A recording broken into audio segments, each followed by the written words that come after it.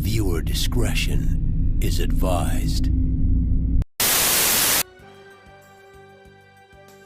It's hard being the little brother, isn't it? Sometimes you have to venture out and find your own level of failure. And for the Jets, this one surprisingly didn't involve a draft or a coaching hire. Westside Stadium was proposed in 2004 and was to be an 85,000-seat, retractable roof, state-of-the-art stadium on Manhattan's waterfront. It was conceived not by the Jets, but by Governor George Pataki and Mayor Michael Bloomberg. The labor unions were on board, no shit, but neighborhood activists didn't want it. James Dolan and crew probably helped that, as he didn't want competition for MSG, and taxpayers really didn't want to fund the project either. But the real nail in the coffin was that Westside was contingent on hosting the Olympics, and when the 2012 games were awarded to London, the stadium idea was buried along wherever Jimmy Hoffa's body is. The Jets tucked tail and stayed in New Jersey with the Giants.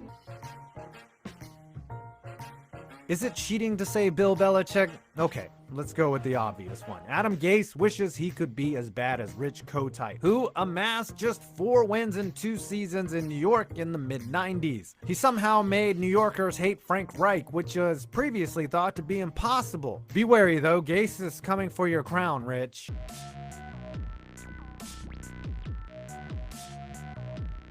MetLife had the chance to become one of the super modern NFL stadiums, but it really is just an upgraded version of the Meadowlands, with both teams still not proud enough to say they play in New Jersey, even though it's been that way for 40 years. Some big negatives are that the vast area it's in is basically a giant parking lot. Getting back to the city through the Lincoln Tunnel after the game is a nightmare, and the Giants and Jets play here. Before Joe Namath was a Jet, New York was led by quarterback Dick Wood.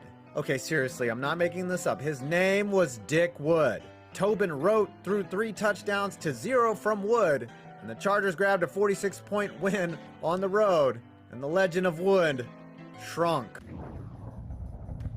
Zach Wilson doing a full-on sprint to bang a teammate's mom isn't nearly as bad as how he's gonna play this year. I'm sorry, but Mekhi Becton is looking like a bust already. Come on, can y'all keep him healthy?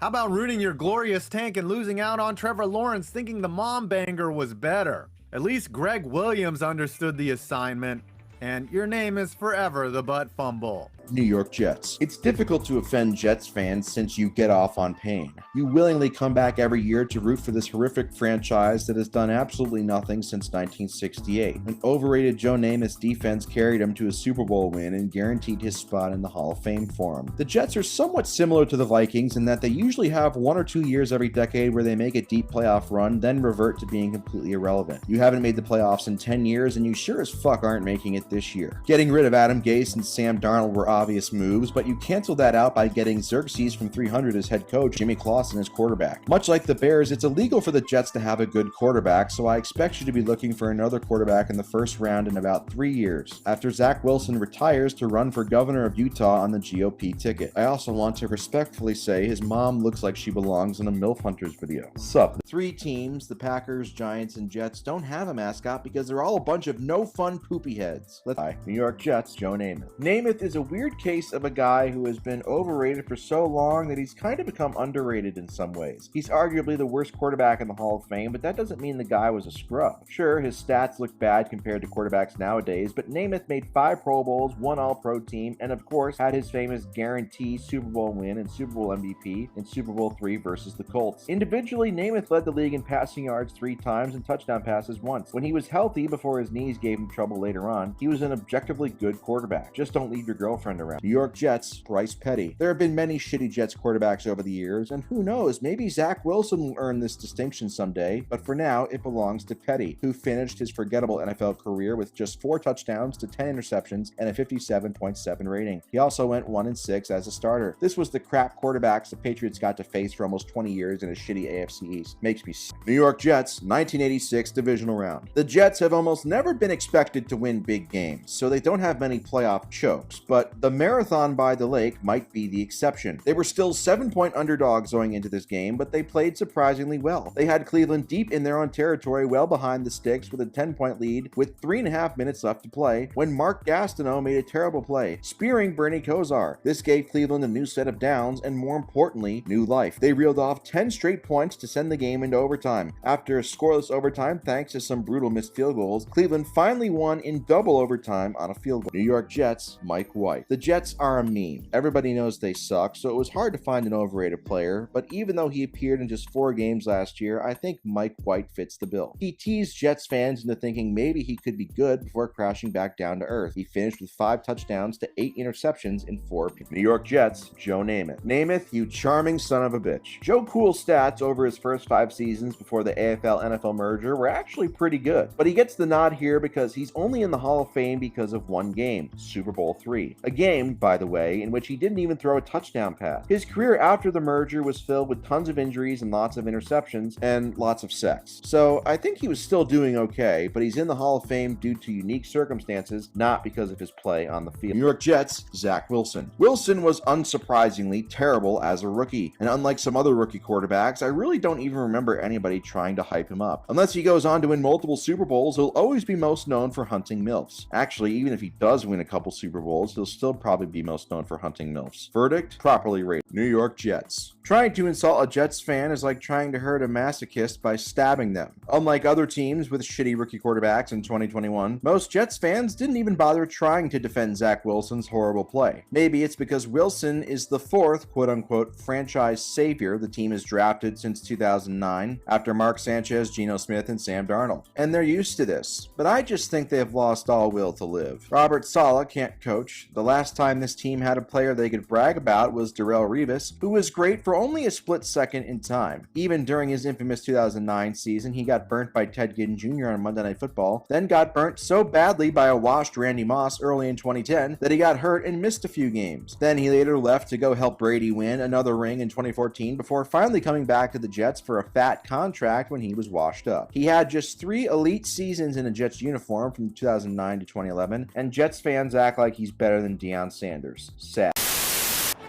Jets coming. Carr put some air under it. Wide open is Ruggs for the touchdown. Believe it or not, the New York Jets used to be something. At one point in time, they were the most important franchise in the AFL, the team that legitimized an entire league. Back then, the Jets personified the glamour and pomp of Broadway. And even just 10 years ago, the Jets were on the come-up. Can't wait. Now they find themselves in a one-room efficiency on Loser Street, a rap sheet of failure so long Bill de Blasio is impressed. Why does this now eternally disappointing team color the defeatist personality of so many New Yorkers? What has happened to the former David who slayed the Goliath of pro football? Today, let's answer the question, why are the New York Jets so bad? Finding rock bottom. The last time the New York Jets found themselves in the playoffs, they were a win away from playing in Super Bowl 45. But after defeating Peyton Manning and Tom Brady in consecutive weeks, they were staring down a 24-point deficit on the road in Pittsburgh. The underdog Jets, led by their boisterous head coach Rex Ryan, attempted a valiant comeback. Except, it fell short. That was January of 2011. It's been a full 11 years, and since, the Jets have failed to make the postseason. The Jets' last 10 years are a tragedy, all on their own. Let's dig even deeper. Rex Ryan loved his first ever draft pick so much that he tattooed his likeness onto his body. Mark Sanchez may not have been the driving force behind 2 conference title appearances in 2009 and 2010, but he played well enough to take down some of the game's best: Carson Palmer, Phillip Rivers, Peyton Manning, and Tom Brady. Mark Sanchez beat them all in the postseason. Yes, Mark the hot dog eating Sanchez. But when his supporting cast began to decline, the franchise began to crumble. In 2011, the ship began taking on water, despite starting the season with a 5-3 record. Sanchez lost a shootout to Tim Tebow on national television. Then the Giants used their roommates as a springboard to winning Super Bowl 46. 2011 may have been when the decline began, but the Jets really found the bottom in 2012. Spending real-life draft capital on Tim Tebow didn't help New York out of a 6-10 season, one that cratered into the ultimate embarrassment.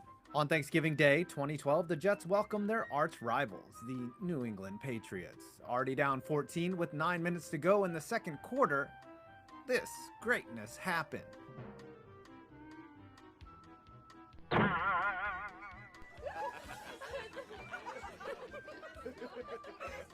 The butt fumble was rock bottom for the New York Jets. Metaphorically and quite literally, it was the perfect symbol for a season and a once proud team that was circling the drain. It was so humiliating that Jets superfan fireman Ed left the game at halftime, while his team trailed 35-3. Ed wouldn't return to a Jets game until September 2015. The butt fumble happened in 2012, but since then, it's been a symphony of new lows until present day. Let's figure out how we arrived at so much pain. The Jets have put together just one season with double-digit wins since 2010, and it happened because of dumb luck. When linebacker Ike Enemkpali punched Geno Smith in the jaw, it forced veteran journeyman Ryan Fitzpatrick into the lineup in 2015. The Jets had assembled 2 Pro Bowl receivers on the outside in Eric Decker and Brandon Marshall, and Fitz became the first Jets QB to throw 30 touchdown passes in a season. That Fitz magical year included an overtime upset of the New England Patriots, but culminated in a disappointing loss to the Buffalo Bills in Week 17, one that kept them out of the postseason. A year later, Fitzpatrick plummeted back to earth, but not before the Jets gave him a new contract. In Week 3 in Kansas City, Fitz threw 0 touchdowns and 6 interceptions. The Jets began to jet. Marshall and Decker were gone after the 2016 season. Fitzpatrick took his magic and tragedy to Tampa Bay, and the Jets were once again as directionless as ever. The 2017 season was especially listless. The Jets' quarterback room featured 38-year-old Josh McCown and Bryce Petty, who served as nothing more than a placeholder for the team's next new rookie. That team finished 5-11, but were in a position to draft their quarterback of the future. A quarterback who threw tight spirals in a rain-soaked pro day. A quarterback who played the best game of his college career in a Rose Bowl Classic that pitted number 2 pick versus the number 3 pick. Gangrene savior who contracted mononucleosis to start the 2019 season. After what was a promising rookie campaign, Jets quarterback Sam Darnold appeared in this ESPN graphic in the second week of the season. Backup Trevor Siemian led a Monday Night Football loss to Freddie Kitchens' Cleveland Browns. The Jets' new head coach was the space alien known as Adam Gase, a Peyton Manning product whose failures in Miami didn't preclude him from another job in the AFC East, even if his introduction made him look like he ate an entire bottle of Adderall before sitting down at the table. Whatever promise Sam Darnold had shown in the 2018 season came crashing down during the start of the 2019 campaign. But as the season went along, Darnold grew up. His body had purged the virus and he seemed destined for stardom after leading the Jets to a 6-2 finish down the stretch. Once again, it seemed like the Jets were turning the corner. Fuck no, they weren't. Darnold's virus gave way to the actual virus and the parasite that was Adam Gase. The 2020 Jets were spectacularly bad, starting the season 0-13 and hitting one of the many rock bottoms in a Week 13 loss when defensive coordinator Greg Williams called for a cover 0 blitz at the absolutely wrong time. The Jets jetted. And to add insult to injury, the Jets were beaten out for the first overall pick by their fellow dumpster dwellers, the Jacksonville Jaguars. So the Jets missed out on surefire prospect Trevor Lawrence. Plenty of teams miss on quarterbacks, but almost no one has been as inept as the New York Jets. Since 2009, these are the starting quarterbacks that the Jets have acquired through free agency or the draft. Mark Sanchez, who cost the team the 5th overall pick in 2009. Greg McElroy, a Wonderlic whiz out of Alabama, was a 7th rounder. The Jets spent a 2nd rounder on Geno Smith in 2013, one of the worst QB drafts in history. The team acquired Michael Vick and Ryan Fitzpatrick, the latter whom they gave a $12 million contract in 2016. There was Bryce Petty, a fourth-rounder from Baylor who finished his career with 4 touchdowns and 10 picks. Then came Josh McCown, who, well, let's face it, might have been the best Jets quarterback of the 2010s. He somehow earned a total of $6 million from the Jets. We touched on Sam Darnold, a former 3rd overall pick. Throwing a few spot starts from Luke, who the Falk is that, Trevor Siemian, and Joe Flacco, and that covers all the Jets' starting quarterbacks from 2009 to 2020. The Jets invested 2 top 5 picks, a 2nd, a 5th, and a 7th round pick on quarterbacks in the draft. Absolutely none of them received a second contract with the team. It's easy to suck in the NFL, and the Jets have that blueprint down pat. New York has also struggled immensely identifying talent at another key position, cornerback. Picks were spent on Kyle Wilson, D. Milliner, and Dexter McDougal. They also whiffed on a ton of other picks from 2012 to 2014. First and second round names like Quentin Copel, Stephen Hill, and Jay Samaro were especially egregious. And it doesn't matter who the GM is, puppeteering Woody Johnson or Mike McCagnon, the Jets have been bad at drafting from top to bottom. But the only way to correct course is to pick themselves up and start again. So how do we fix this? In the 2021 NFL Draft, the New York Jets select Zach Wilson, quarterback, BYU. It's to put your faith in the Mormon missile, Zach Wilson. Wilson did improve as the 2021 season went on. Nothing spectacular yet, but improvement is improvement. And the Jets have no choice but to exhibit patience. The Jets do have young playmakers on offense and defense, names like Elijah Moore, Braxton Berrios, John Franklin Myers, Quinnen Williams, Michael Carter, and also Michael Carter. There's a core of young talent, and the Jets can help out their number 2 pick by adding another outside target and more talent on the offensive line. Fortunately, the Jets made one of the smartest trades in recent memory, shipping Jamal Adams, aka Blitz Boy, to the Seahawks in exchange for 2 firsts and a 3rd. The Jets spent 2 of those picks on Elijah Vera Tucker and trading back for additional picks, including Michael Carter. I don't know which one, though. They either need to get Mekhi Becton healthy or consider trading him for more draft capital. The Jets do have options in the 2022 draft, currently sitting on a pair of top 10 picks.